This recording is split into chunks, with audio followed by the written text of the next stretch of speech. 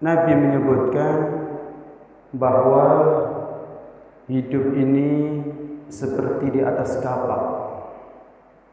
Kalau ada seseorang yang melanggar, lalu melubangin kapal itu, dan itu dibiarkan,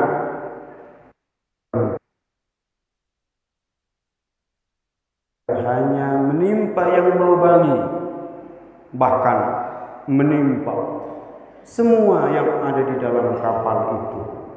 Kapal itu bisa tenggelam, dan semua orang yang ada di dalamnya itu bisa menjadi korban, meskipun dia tidak secara langsung turut melubangin kau. Bapak dan saudara-saudara sekalian, bencana demi bencana, musibah demi musibah, terus silih berganti, seakan-akan bergilir dan ulang dan diulang. Setidaknya tahun 2000 Bengkulu ini digoncang dengan gempa yang sangat dahsyat, besar sekali. Lalu kemudian 2004 terjadi tsunami yang sangat hebat. Nyaris kita belum pernah mendengar kata tsunami kecuali di tahun 2004 itu, di bulan Desember. Masya Allah, air sedemikian rupa menyapu daratan yang ada di sebelah dan korban untuk dihitung. Lalu tahun 2006, meskipun secara Richter tidak terlalu besar, tapi akibatnya sangat dahsyat. Rumah-rumah di Jogja rata dan kemudian disusul. Ternyata kembali lagi ke Bengkulu tahun 2007, dahsyat.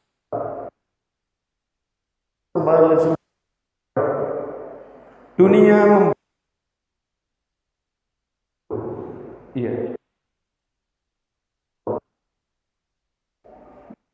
ada banjir sana sini, dan sekarang kita saksikan bukan gempa tapi banjir, bukan dari bawah tapi dari atas, yang ternyata menurut Aceh lebih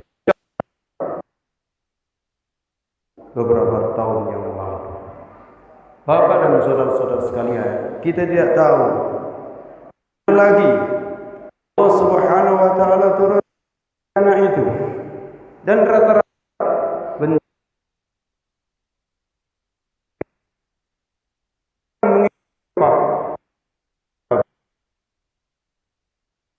lebih daripada gempa. Kenapa ini? Jelas seperti yang Allah bima kasabat aydin nas. Apa yang terjadi di muka bumi dengan kerusakan yang ditimbulkannya tidak lain dan tidak bukan karena ulah perbuatan manusia, bukan karena makhluk-makhluk yang ada di lautan menggelegar, bukan. Tapi ternyata jelas diketahui bahwa itu adalah ulah perbuatan manusia. Persis seperti yang Nabi sebutkan, yang memakai kapal itu.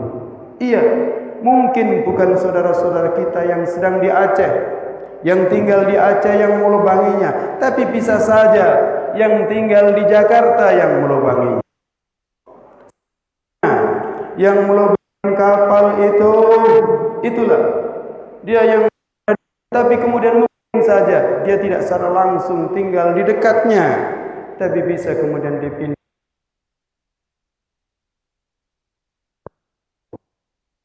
Dan saudara-saudara sekalian, karena itu dalam kesempatan yang sungguh sangat mulia ini, mustajab doa ini, maka mari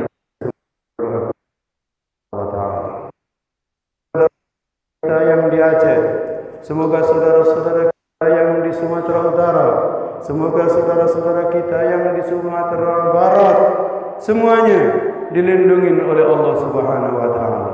Kalau ada yang meninggal di semoga mereka mati syahid, dan kalau yang masih hidup semoga bersabar dan bertahan tetap dalam kondisi keimanan. Semoga Allah Subhanahu wa taala memberikan pertolongan, dan kepada kita semuanya semoga kita dilindungi oleh Allah Subhanahu wa taala.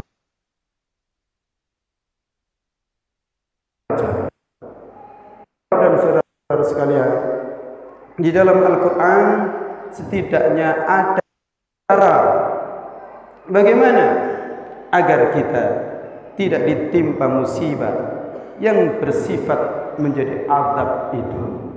Yang pertama disebutkan di dalam Al-Quran bahwa suatu bangsa, suatu negeri tidak akan diazab dan dibinasakan oleh Allah Subhanahu wa taala meskipun ada perbuatan dosa dengan syarat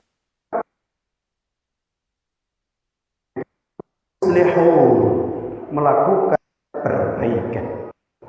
Wa ma kana rabbuka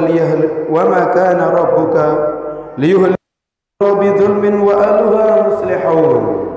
Dan tidaklah Tuhanmu itu membinasakan bangsa-bangsa, negeri-negeri disebut yang dilakukan wa ahluha muslihun, sementara penduduk masih melakukan perbaikan, berbuat soleh dan terus melakukan ma'ruf.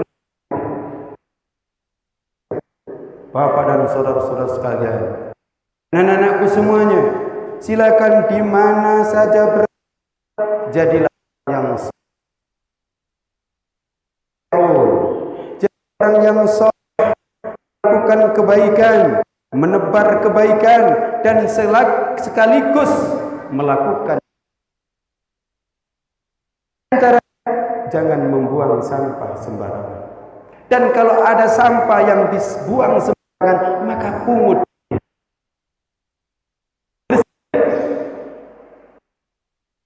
Misal kalau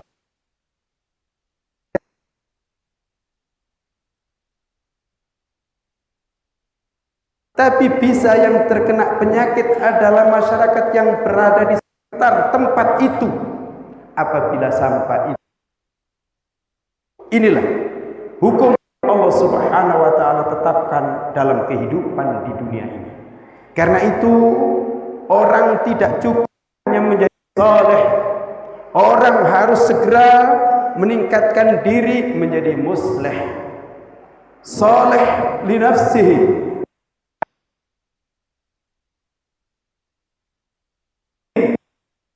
memperbaiki apa yang ada di sekitar.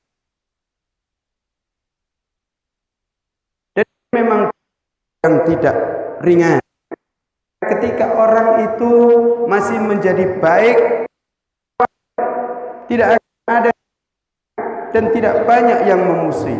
Tapi ketika orang itu bergerak untuk melakukan perbaikan, sholat tapi ngajak orang sholat dan melarang orang tidak sholat, maka disinilah merupakan tantangan. Dan ini adalah tanggung jawab. Kalau sekedar kita sholat dan sholat begitu saja sesuai dengan yang diinginkan, orang yang segera mengajak orang yang sudah meninggalkan perbuatan-perbuatan yang mungkar, tidak judi, maka melarang orang yang berjudi, yang tidak terkena narkoba bagus, tapi harus segera melarang orang-orang terkena narkoba. Yang tidak merokok bagus, dan segera mengajak dan melarang kepada orang-orang yang masih. Hentikan, karena kalau tidak dihentikan maka itu musibah. Kalau terjadi maka bakal yang salat akan tertimpa dengan musibah itu. Maka kerja yang pertama bagi kita baik dan memperbaiki alam sekitar. Yang kedua, agar kita tidak terjadi musibah, Allah Subhanahu wa taala menyebutkan wa ma kana Allahu liyu'adzibahum wa anta, dan tidaklah Allah mengadab mereka selama engkau wahai Muhammad, Nabi Muhammad sallallahu alaihi wasallam. Memang Nabi Muhammad terbesar yang Allah Subhanahu wa taala berikan kepada umat manusia. Allah memberikan jaminan kalau Nabi Muhammad masih ada di tempat itu, maka Allah tidak akan mengadab tempat itu bagaimanapun buruk. Dan ini Allah kasih jaminan untuk masyarakat yang ada di Makkah. Selama Nabi masih ada di Makkah, Allah tidak masyarakat yang ada di Makkah itu. Jadi setelah Nabi tinggalkan, maka setelah ditinggalkan oleh Nabi Muhammad SAW, maka terjadilah musibah. Yang tempat itu, masyarakat Makkah boleh dikatakan sebagai masyarakat yang maju, tidak kekurangan dalam persoalan ekonomi. Tapi ketika ditinggal oleh Nabi Muhammad, bagaimana persoalan, termasuk konflik di antara mereka, termasuk kemudian paceklik, kekeringan yang panjang ini. Dan itulah berubah, peta berubah. Yang baik kemudian adalah Madinah, karena Madinah menerima Nabi Muhammad sallallahu alaihi wasallam. Nah, Madinah yang asalnya Yathrib menjadi Madinah karena kehadiran Nabi Muhammad. Madinah menjadi tempat yang seakan-akan bermandikan cahaya bangkit setelah terjadi fatwa terima Nabi sallallahu alaihi wasallam. Apa pelajarannya? Insya Allah dimanapun berada, ketika ajaran Nabi Muhammad sallallahu alaihi wasallam dilakukan, maka Allah pasti menurunkan keberkahan. Nabi Muhammad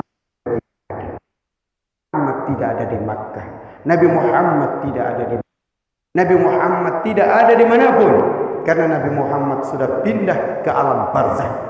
Tapi eksistensi Nabi Muhammad SAW masih tetap ada, yaitu ajarannya. Maka di mana tempat itu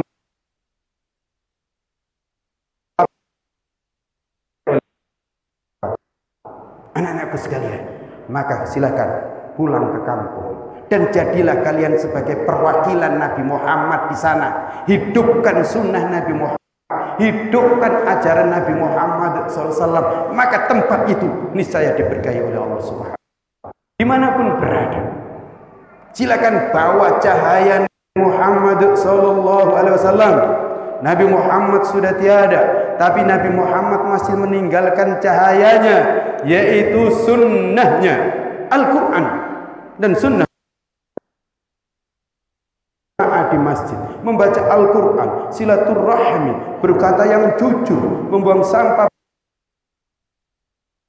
infak, sedekah, berakhlak yang mulia. Itulah ajaran Nabi Muhammad. Di mana tempat itu, di desa itu ada pemuda-pemuda, ada masyarakat menjalankan sunnah Nabi Muhammad SAW, maka tempat itu diberkahi oleh Allah. Insya Allah tidak akan digoyah oleh Allah Subhanahu wa taala. Karena itu merupakan jaminan dari Allah Subhanahu wa taala. Wa ma arsalnaka illa rahmatan lil alamin. Tidaklah kami mengutus kamu wahai Muhammad sebagai rahmat untuk seluruh alam. Meski Nabi sudah tidak ada.